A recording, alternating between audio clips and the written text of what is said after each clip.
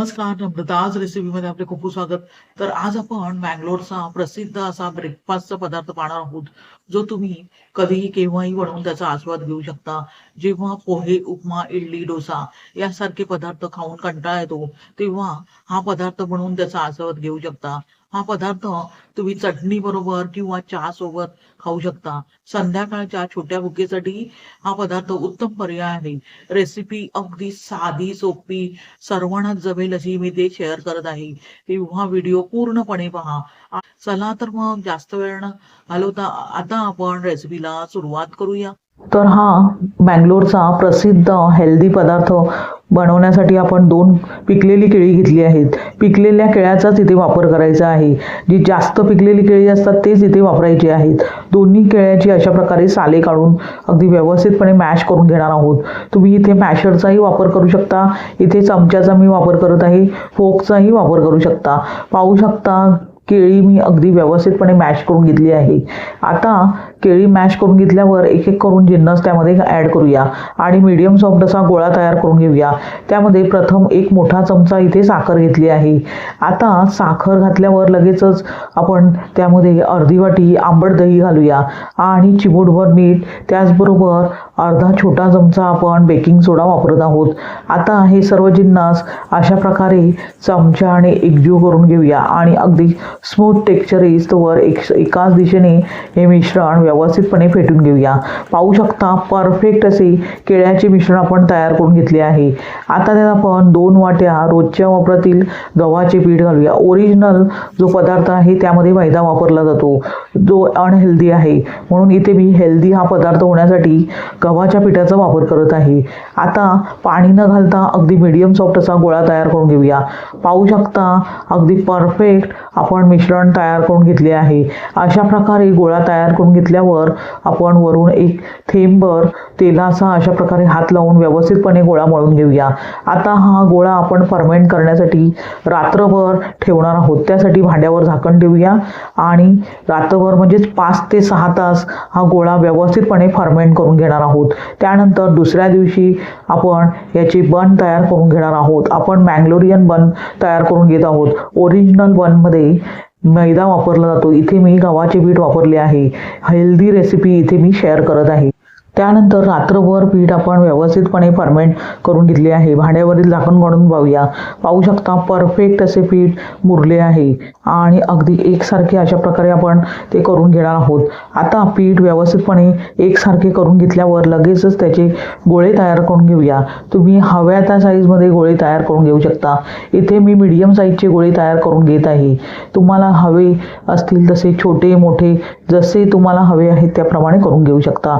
त्यासाठी पिठाचा गोळा घेऊन अशा प्रकारे तळहातावर गोलाकार द्यायचा आहे. परफेक्ट असा गोळा आपण तयार करून घेतला आहे. अशाच प्रकारे मोठे छोटे जसे तुम्हाला हवे आहेत त्याप्रमाणे गोळे तयार करून घेऊ शकता. पाहू शकता सर्व गोळे मी व्यवस्थितपणे तयार करून घेतले आहे. आता हे गोळे आपण लाटून घेणार आहोत. त्यासाठी अशा प्रकारे हातावर व्यवस्थितपणे गोळा एकसारखा करून घेतल्यावर पिठात हलक्या हाताने गोळवून घ्यायचा आहे आणि हलक्या हाताने आपण हा गोळा लाटून घेऊया.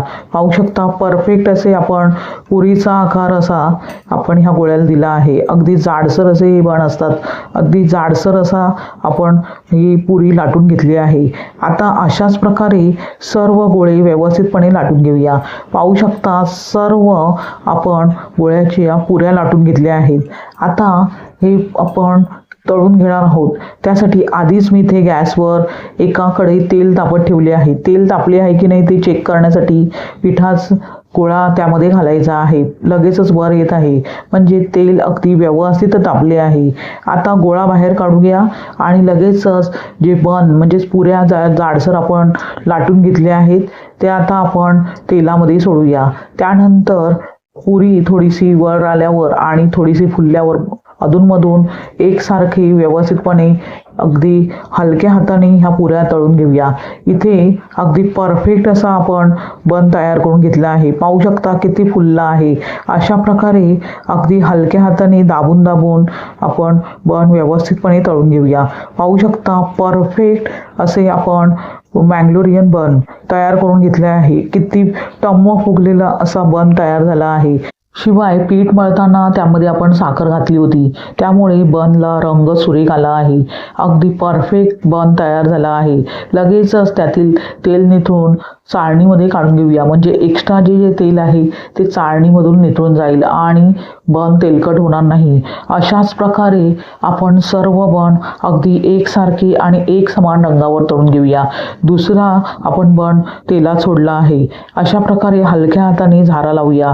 हलक्या हातानेच झारा लावायचा आहे, नाहीतर फुटण्याची शक्यता असते. पाहू शकता दुसराही बन अगदी व्यवस्थित फुलला आहे. अशाच प्रकारे आता एक बाजू थोडीशी सेट करून घेतल्यावर दोन्ही बाजूने एक समान रंगावर गोल्डन कलर येईस्तोवर आपण व्यवस्थितपणे हा बन तळून घेऊया. दुसराही पाहू शकता अगदी परफेक्ट बन गोल्डन कलर येईस्तोवर आपण तळून घेतला आहे.